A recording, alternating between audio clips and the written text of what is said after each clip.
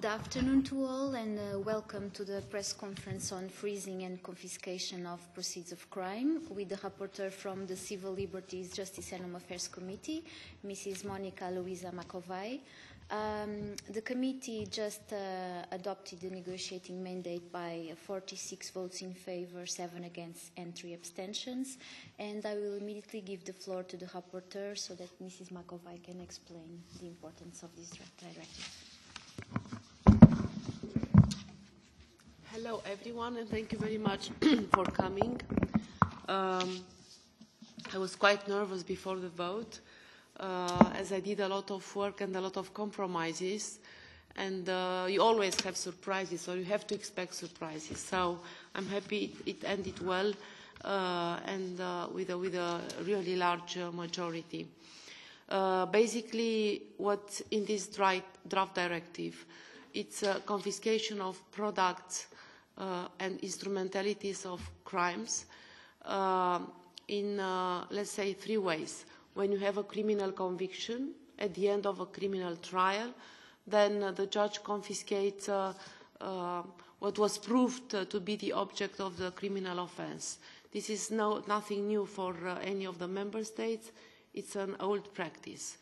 A second way, a second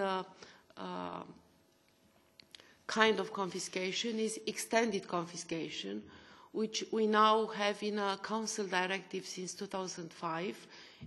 Is not applicable, is not enforced evenly in all the member states. Some do enforce it, some don't. And it means the following, that the person is sent to trial, in a criminal trial, for organized crime activities, and when the judge decides to convict that person, then the judge looks at the assets of the person, and if they seem to be unjustifiably higher, bigger, larger than the legal income of the person, then that person is asked to prove if they were based on legal activities. But once again, and if he can't, then that part which cannot be justified then is confiscated. But also in this case, we have a criminal conviction. So someone is caught, let's say, selling drugs for 1 million euros, and at the end of the criminal trial, the judge sees that you have assets valuing 100 million euros.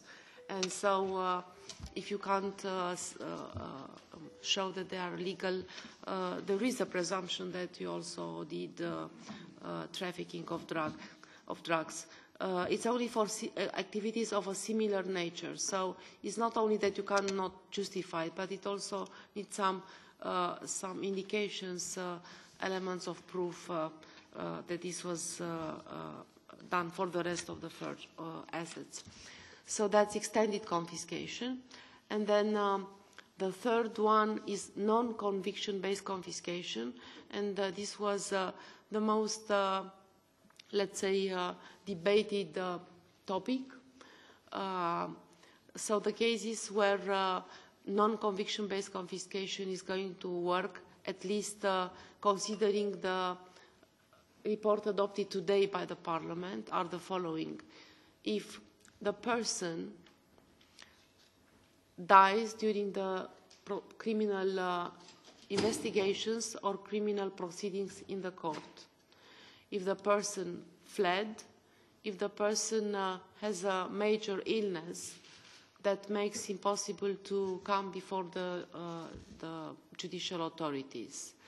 In addition to these 3 cases, there is also a case when the judge can confiscate without a criminal conviction, even if the person is good and healthy and in the country.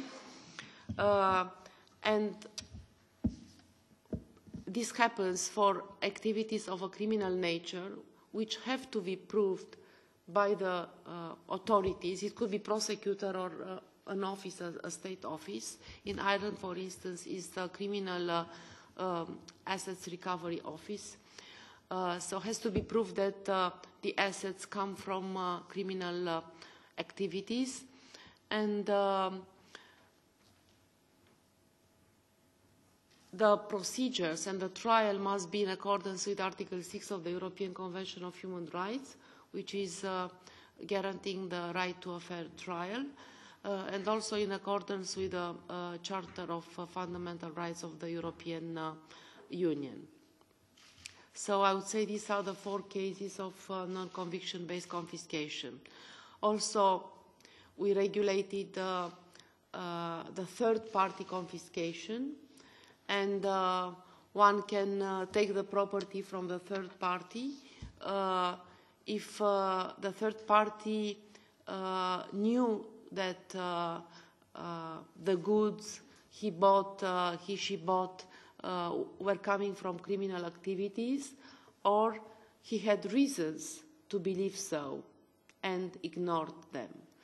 Otherwise, if it's totally good faith and no indication that the goods could have come from criminal activities, then you cannot take the property from the third party. More or less, this is it. Probably I should add also that there is a provision recommending the member states. So once again, it's a recommendation and not a must, related to the destination of the confiscated property. And there are recommendations to use the confiscated property for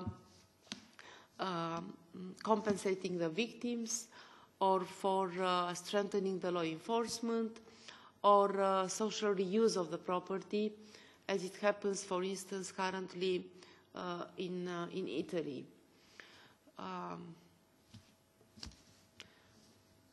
I think that these are the main provisions of the draft directive, so I'll be happy to clarify any issues and answer your questions. Thank you very much, Mrs. Macovei. I will now open the floor for questions. If there are any questions. It doesn't seem to be the case, so I just want to add that the press service will also be sending a press release on the vote in the Civil Liberties Committee. Thank you very much for coming. Okay, can I add something? Sure. We also have a provision saying that for those member states which already have a civil law system in order to confiscate the property, this will not be touched by this directive. And here, for instance, is the case of Ireland, of UK, Bulgaria, and some others. And the system in these countries is that an office, a state office, is suing the property and not the person.